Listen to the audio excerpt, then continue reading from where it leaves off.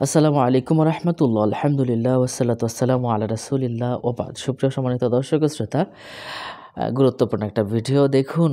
রাতে এই সমস্যাগুলো যদি হয় তাহলে বুঝে নিবেন আপনার বাড়িতে জিনের সমস্যা আছে। রাতে এই সমস্যাগুলো হলে বুঝে নিবেন আপনার বাড়িতে সমস্যা আছে, জিনের সমস্যা আছে। তাহলে কি এই বিষয়টা জানবো ইনশাআল্লাহ। আমাদের সাথে থাকুন। ভালো লাগলে শেয়ার করে দিবেন।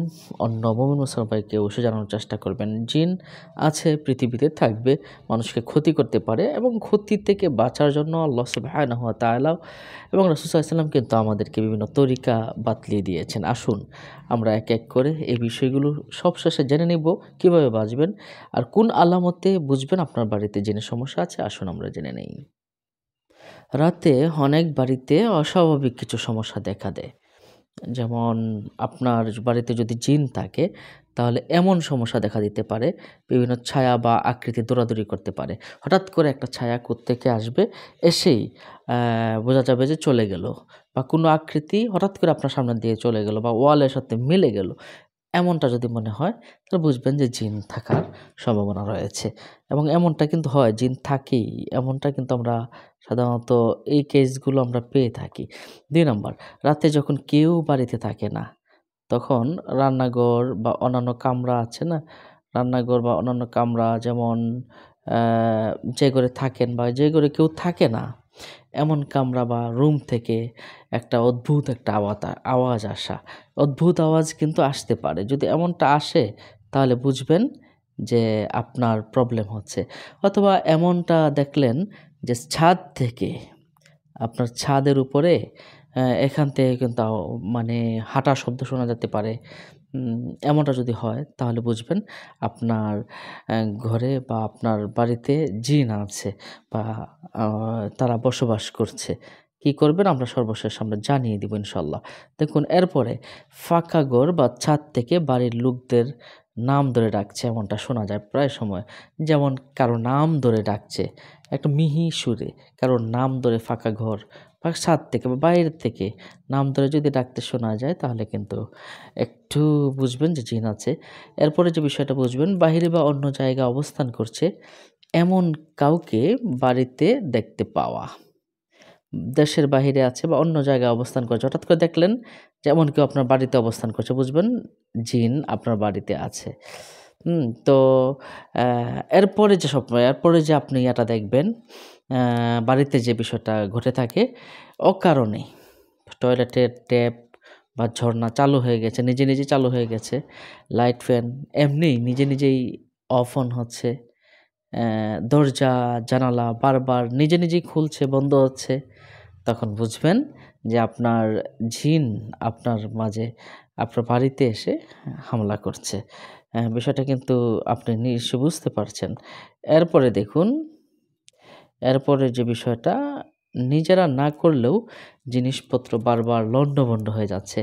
এক জায়গার জিনিস অন্য জায়গায় চলে যাচ্ছে। এক জায়গায় আপনি রেখেছিলেন, এই জায়গায় না রেখে অন্য জায়গায় চলে গেছে। চেয়ার এক জায়গায় ছিল, পরে দেখলেন যে অন্য জায়গায় আপনি গিয়ে পাচ্ছেন। এমন করে যদি এমনটা হয় তাহলে বুঝবেন এই কাজগুলো সাধারণত জিনরা করে থাকে। অকারণে কোনো গ্লাস যদি ভেঙে যায় বা ফেটে যায়, অকারণে কেউ ভাঙে নাই গ্লাস বা আয়না, কেউ ভাঙে নাই, কিন্তু হঠাৎ করে ভেঙে গেছে। তাহলে বুঝবেন এই কাজটা জিনরা করে থাকে। তাহলে আপনি কি করবেন ইনশাআল্লাহ আমরা এই বিষয়টা কিন্তু সামনে বলব। আপনি একটা জিনিস রেখেছেন, হঠাৎ করে হারিয়ে যাওয়া, এটাও কিন্তু জিনের একটা আলামত। ঘুমের সময় কাঁথা, কম্বল টান দিয়ে বিরক্ত করা। হ্যাঁ, ঘুমোচ্ছেন, হঠাৎ করে কাঁথা, কম্বল আপনার শরীর থেকে টান দিয়ে নিয়ে চলে গেছে বা ফেলে গেছে, তাহলে বুঝবেন যে জিন এই কাজটা করছে। সবচেয়ে গুরুত্বপূর্ণ যে বিষয়টা দেখুন, আপনার আশেপাশে রাতের বেলা যদি বাড়ির আশেপাশের কুকুরগুলো অতিরিক্ত ঘেউ করে, তাহলে বুঝবেন আশেপাশে জিন অবস্থান করছে, এমনটা হতে পারে। এর মানে ঘরে আছে বিষয়টা এমন নয়, বাইরে। কারণ কুকুররা তো জিন দেখতে পায়। হ্যাঁ? তখন কিন্তু ঘেউ, ঘেউ আওয়াজ করে। তো রাসূল সাল্লাল্লাহু আলাইহি ওয়াসাল্লাম এর সময় মহান সাহাবীগণের সাথেও এ ধরনের অনেকগুলো ঘটনা ঘটেছে। বাড়িতে সাপ দেখার ঘটনা এমনটা ঘটেছে কিন্তু। এজন্য সাপ বাড়িতে দেখলে ১ম এ বলবেন, "তুমি জিন হলে চলে যাও।" তারপর মারতে যাবেন। হ্যাঁ, নিশ্চয়ই বিষয়টা বুঝতে পারছেন সম্মানিত দর্শক ও শ্রোতা। তাহলে এভাবে যদি হয় তাহলে কেন এই সমস্যাটা হচ্ছে? এটাই কিন্তু আমাদের জানা প্রয়োজন। কেন হচ্ছে? কারণ আপনার বাড়িতে আপনি পবিত্র কোরআন থেকে তেলাওয়াত করছেন না বা আমল করছেন না। বিশেষ করে যে রাসূল সাল্লাল্লাহু আলাইহি ওয়াসাল্লাম বলেছেন যে বাড়িতে সূরাতুল বাকারা তেলাওয়াত করা হয়, সেই বাড়িতে জিন থাকতে পারে না।